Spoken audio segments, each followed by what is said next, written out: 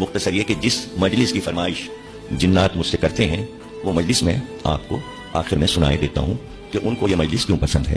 وہ واقعہ یہ ہے کہ ایک بزرگ یہ کہتے ہیں کہ ایران کے کتب خانے میں جو روضہ امام رضا ہے وہاں ایک کتاب خانہ ہے، اس میں ایک کتاب دریافت ہوئی تھی، تو اس میں ایک بزرگ نے اپنا واقعہ یہ بیان کیا تھا کہ میں تاجر تھا اور میں تجارت کے لیے باہر جایا کرتا تھا کشتی کے سفر پر، اور میں اپنا مال کشتی پر لے کر جایا کرتا تھا۔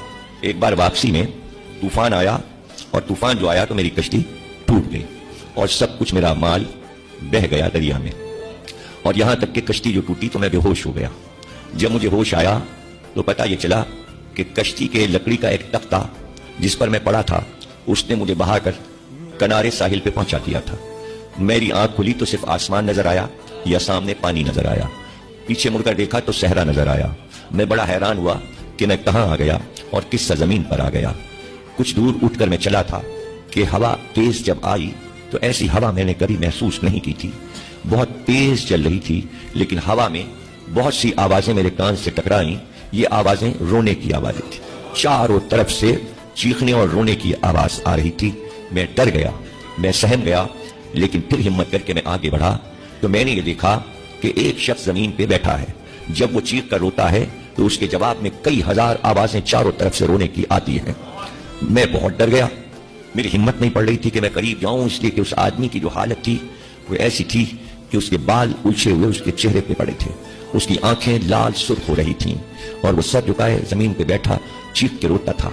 ایک جگہ روتا، پھر اٹھتا دوسری جگہ جاتا، پھر آگے بڑھتا، پھر کہیں بیٹھتا، پھر روتا، اور جب وہ روتا تو چاروں طرف سے رونے کی آوازیں آتی تھیں۔ لیکن میں نے یہ دیکھا کہ جب وہ زمین پہ بیٹھتا ہے تو انگلی سے کچھ زمین پہ لکھتا ہے۔ میں نے سوچا کہ صحرا میں اس کے علاوہ کوئی نہیں ہے، میں کہاں جاؤں گا، کوئی راستہ بھی نہیں نظر آتا۔ تو میرے دل نے کہا کہ پشت پر پیچھے سے جا کر میں یہ دیکھوں کہ یہ زمین پہ لکھتا کیا ہے۔ میں آہستہ آہستہ اس کے پیچھے گیا اور پھر میں نے چھپ کے دیکھا کہ یہ زمین پہ کیا لکھتا ہے۔ اب جو میں نے دیکھا تو وہ انگلی سے لکھتا تھا یا حسین، یا حسین۔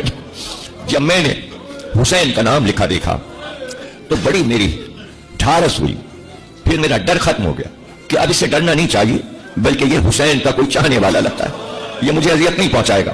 اس لیے میں گھوم کر اس کے چہرے کے سامنے آیا، میں نے سلام کیا، تو اس نے چہرہ اٹھایا، اس نے حیرت سے مجھ کو دیکھا۔ میں نے اس سے سوال کیا تم کون ہو؟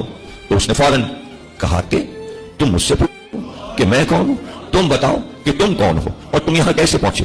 تو فوراً میں نے کہا کہ میں تجارت کرتا تھا، میری کشتی طوفان کی نظر ہو گئی، کشتی ٹوٹ گئی، لکڑی کے تختے نے مجھے یہاں تک پہنچایا، مجھے اب نہیں نظر آتا کہ میں اپنی منزل پہ پہنچوں گا۔